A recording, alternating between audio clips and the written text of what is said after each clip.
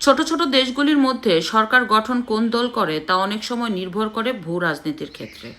আমাদের বাংলাদেশেও ঠিক তাই। নির্বাচন হওয়ার 2-3 মাস আগেই অনেক বড় রাষ্ট্রগুলি বলতে পারে বাংলাদেশে সরকার গঠন করবে কারা। তাই এখন বলাই চলে ডক্টর ইউনূসের দিন শেষ, তারেক জিয়ার Bangladesh. He is the next prime minister of our country, that is clear. দেখেন, মাত্র 1 মাস আগে তারেক জিয়ার মা বেগম খালেদা জিয়া যখন গুরুতর অসুস্থ হয়ে হসপিটালে ভর্তি ছিলেন, তখন তারেক জিয়া খুদ তার ভেরিফাইড পেজে লিখেছিলেন, আমি দেশে আসতে পারছি না, আমার বিভিন্ন ধরনের বাধ্যবাধকতা রয়েছে। তখনই অনেকে ভেবেছিল আমেরিকা এবং ইন্ডিয়া তারেক জিয়ার প্রধান বাধা দেশে আসা নিয়ে। তার ঠিক 20 থেকে 25 দিনের মধ্যেই তারেক জিয়া 25শে ডিসেম্বরে বাংলাদেশে প্রত্যাবর্তন করলো। শুধু তাই না, তারেক জিয়ার সাথে এখন ইন্ডিয়ার খুবই ভালো সম্পর্ক। এবং দেখেন, তারেক জিয়া যখন বাংলাদেশে প্রত্যাবর্তন করলো, বাংলাদেশ সেনাবাহিনীর সদস্যরা যেভাবে তাকে গার্ড দিল, যেভাবে তাকে প্রোটেক্ট করার চেষ্টা করলো, এটা কিন্তু অন্য কোনো দলের প্রধানকে করা হবে না। তবে তারেক জিয়া সেই বিশেষ নিরাপত্তা পেয়েছে।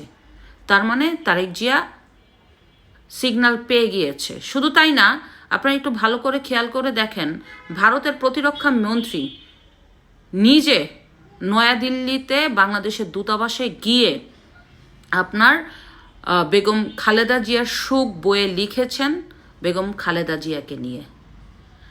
এবং ভারতের পররাষ্ট্রমন্ত্রী বাংলাদেশে এসে জয়শঙ্কর নিজে তারেক জিয়ার সাথে সুসম্পর্ক স্থাপন করার জন্য নরেন্দ্র মোদীর শোকবার্তা তারেক জিয়ার হাতে দিল।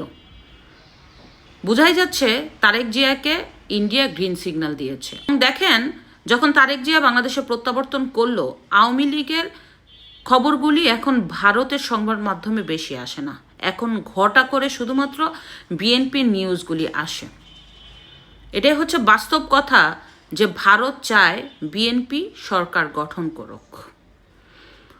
আবার ভারতের সাথে কিন্তু সব দলই সুসম্পর্ক রাখতে চায়। স্বয়ং জামাতে ইসলামও সুসম্পর্ক রাখতে চেয়েছে। আজকে থেকে 10 মাস আগে জামাতে ইসলামের প্রধান ভারতের একজন কূটনীতির সাথে গোপনে বৈঠক করে। যদিও এখন এটা শুনলে গুস্সা করে জামাতে ইসলামের আমির, তবে বাস্তব কথা হচ্ছে, যদি গোপন বৈঠক না হয়, 10 মাস আগের হওয়া বৈঠক কেন 10 মাস পরে প্রচার করলো জামাতে ইসলাম, তারপর আন্তর্জাতিক বার্তা সংস্থা রয়টার্সকে?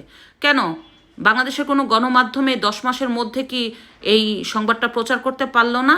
যখনই জামাতে ইসলাম দেখেছে ভারত তারেক জিয়াকে গ্রিন সিগন্যাল দিয়েছে, তখনই জামাতে ইসলামের নতুন মোড় হিসাবে এই জিনিসটা আত্মপ্রকাশ করেছে। অথবা রয়টার্স জেনে গিয়েছে জামাতে ইসলাম গোপন বৈঠক করেছে ভারতের সাথে। তো মূল কথা হচ্ছে, ডক্টর ইউনূসের দিন শেষ, তারেক জিয়ার বাংলাদেশ। আর আমিও চাই ডক্টর ইউনূসের মতো এত অপদার্থ সরকারের বিদায় হওয়া উচিত।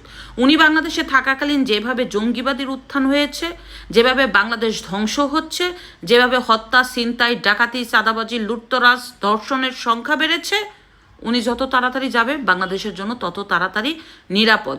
সবাই বলেছিল যে আন্তর্জাতিক মানের খ্যাতিসম্পন্ন ব্যক্তি বাংলাদেশে বসলে সব নাকি উন্নয়ন হবে, অন্যদিকে সব ধ্বংস হয়ে গেছে। তাই তার চলে যাওয়াটা বাংলাদেশের জন্য খুবই জরুরি। দিন শেষও হয়ে গিয়েছে তার দিন শেষ, তারেক জিয়ার দিন শুরু।